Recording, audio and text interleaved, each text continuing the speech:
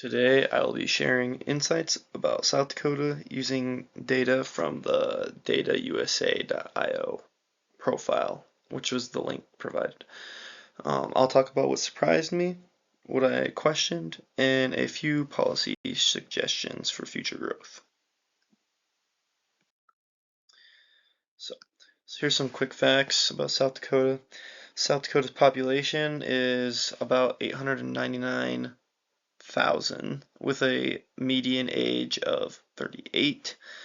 Uh, the average household income is around $72,000 a year, and about 69% of people actually own their homes. Commutes in South Dakota are short, just 17 minutes on average compared to the national average of 26 minutes, which just shows a great quality of life. So it's not like overcrowded, not really busy, that kind of stuff.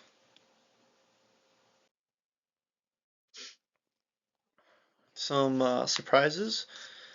Uh, I was actually surprised that South Dakota had very short commutes, um, lower income inequality, and affordable housing, and massive agriculture exports, and that's over $7 billion in cereal grains.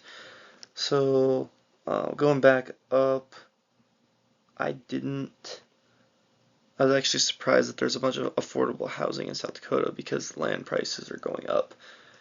And I knew, well, I grew up in South Dakota.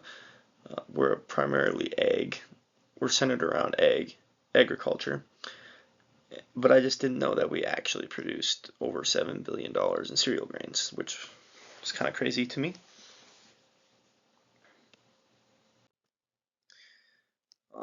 Some of my doubts: the foreign-born population figure doesn't match the national comparison, and I wouldn't think it matches the national comparison because obviously it's one state compared to a total of 50. Um, the poverty rates are likely hide regional gaps, so I think it especially hides in tribal and rural areas. Uh, health access is uneven, and high-paying jobs are concentrated in urban areas. So health access is also concentrated in urban areas. You don't have a lot of hospitals out in rural areas. You'll have like a community clinic, but they can't do as much as an actual hospital can. So that is some concerns. Um, some policy suggestions that I have are trying to target more rural and tribal areas with aid, diversify the economy. So, I mean, obviously, we want to keep uh, exporting agricultural stuff because that's our primary thing, but we could diversify it a little more so we don't have to rely on one thing. Try to keep housing affordable. Um, expand telehealth so we can reach those rural and tribal communities better and get them the health care that they need.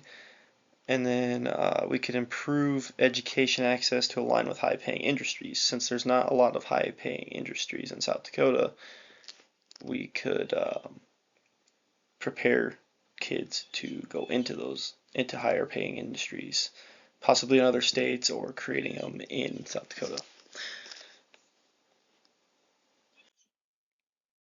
In summary, South Dakota performs well on income and quality of life, but there are some gaps that still remain. I think the government should use real data to make sure that every community and region share in the state's progress, not just the bigger cities and wealthier groups. Thank you.